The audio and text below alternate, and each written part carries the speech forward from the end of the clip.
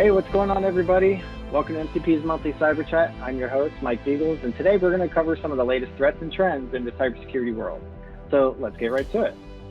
So the first topic I want to cover with everyone today is that CISA has issued some ransomware prevention and recovery guidelines. Now, these were released the week of August 16th. These are great guidelines that address prevention techniques, such as maintaining offline backups, having a cyber incident response plan, regular vulnerability scanning, multi-factor authentication, training, et cetera, et cetera. They also mention protecting personally identifiable information, or PII, by knowing what is stored and who has access. These were included in their prevention guidelines, but they also cover some of the recovery pieces. And from a recovery standpoint in the guidelines, they provide a checklist. And that can help teams follow a plan, to make sure they can stop the bleeding, capture some forensic data, and then move on to notifying the appropriate authorities and recovering the environment. I really highly recommend that agencies read these guidelines and refer to the CISA website for more information. All right, second topic I want to cover with everyone today is what's called the Warm Cryptominer Virus. Now, this virus has been leveraging a lot of known vulnerabilities. It's actually infected over 1,000 cloud hosts to date, and probably more by the time that you're seeing this. The virus has been very successful at using so many different vulnerabilities that a lot of the analysts out there are actually looking at this as a new wave of potential malware attacks. The high-risk vulnerabilities that they have in common are server components like Apache Tomcat, Spring Boot, WebLogic, and some others. Now, the threat actors in Warm are constantly updating their tactics, meaning they're scrounging for cryptocurrency to fund their operation. And the infected systems then become part of an overall botnet performing the crypto mining. Now, my advice is patch your web servers and ensure that anyone else that's on that network with you that are partners do so as well. Now, let's back up for a second. I said Crypto-Miner virus. What is Crypto-Malware? Well, in this episode, what I do want to cover is what that is and explain this to you guys. So first of all, let's do a little term definition here. So crypto mining is the process of creating a unit of cryptocurrency. And popular cryptocurrencies are based on high-level mathematical problems that have to be solved. So when these problems are solved, it creates an additional unit of that currency that can then be traded. And in essence, it turns work into money. Now, crypto malware, like the Warm, is a program that actually performs the crypto mining. It's one of the latest malware threats, and it's particularly insidious because it only requires CPU cycles to do its best work. In other words, it's using your system's computer to do all the calculations for it. It's classified as a silent threat.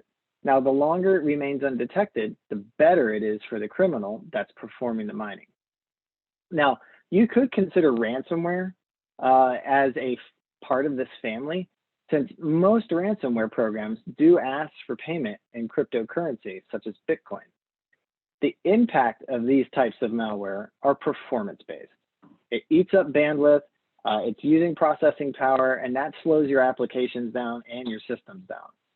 All of these are AI-driven, all of these instances can be cleared or at least help recognize this activity by using AI-driven counter-intrusion platforms.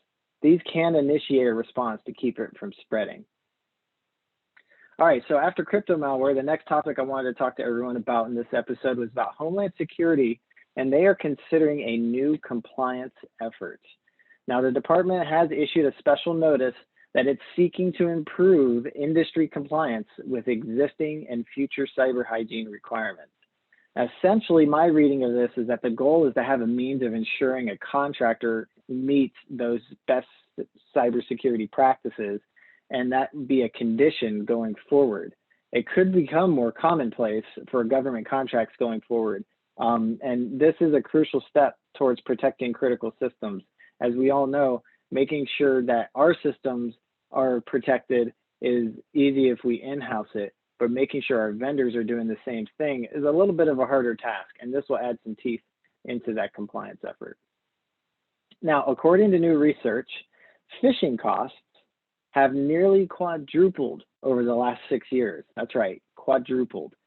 Now, it's almost always in the productivity and recovery from a successful attack that is taking up the lion's share of costs. If you think about it, when you get a phishing email, that could lead to ransomware. And then once the ransomware executes in your environment, now you're going to be spending a lot of time trying to prevent it from spreading and then recovering the data that you might have lost. So that makes sense. But the study goes on to share that security awareness training reduces phishing expenses by more than 50% on average. So that means you want to take the time to implement training in your organization and make sure your users know how to identify and spot phishing attempts in their inbox. All right, so that's all the topics. Today, I'm going to leave you with another cyber reminder. So what I'm going to ask everyone here is to work together with your vendors and agency partners to secure your environment.